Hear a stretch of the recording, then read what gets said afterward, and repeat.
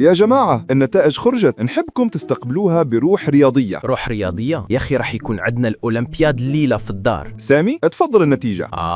هايل. واش نقول لهم في الدار؟ نقول غلطوني في الاسم؟ A few moments later. سامي هاك شحال جبت باش نعرف نقدر السكر في القهوة ولا نطيحها باش ما تزيدليش الضغط؟ يما شوفي لابسة هايلة اليوم، كاش ما راكي رايحة العس؟ ماشي العرس، هذا نهار المحاسبة. وينو النتيجة؟ أنا جاهز نفسيا ودرت تمارين تنفس. يا سامي كي شفت الرقم قلت راهو رقم الهاتف مش علامة. بابا هذا امتحان صعيب، كانوا بزاف اللي ما نجحوش.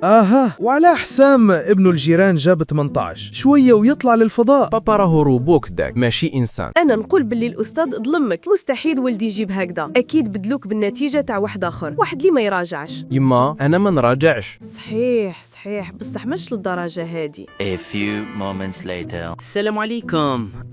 يا ولدي حسام 18 19 ونص. يا لطيف كي نشوف النتائج نتفكر روحي ملي كنت صغير وكنت نجيب هكذا. يا أخي غير بارك، حسام جاب وش كان يراجع عند ناسا. لا غير تنظيم وقت وشوية ذكاء، ماشي حاجة كبيرة. شفتوا هذه هي الضربة القاضية. A few moments later. سامي من الغد تبدأ مراجعة، ونحب تشوف حسام كقدوة، مش لازم تجيب بحاله، لا لازم تجيب أحسن منه. بابا ماشي مستحيل، إن شاء الله العام الجاي ندير المستحيل. إن شاء الله، بس أنت دير المستحيل وأنا ندير المستشفى عند الضغط.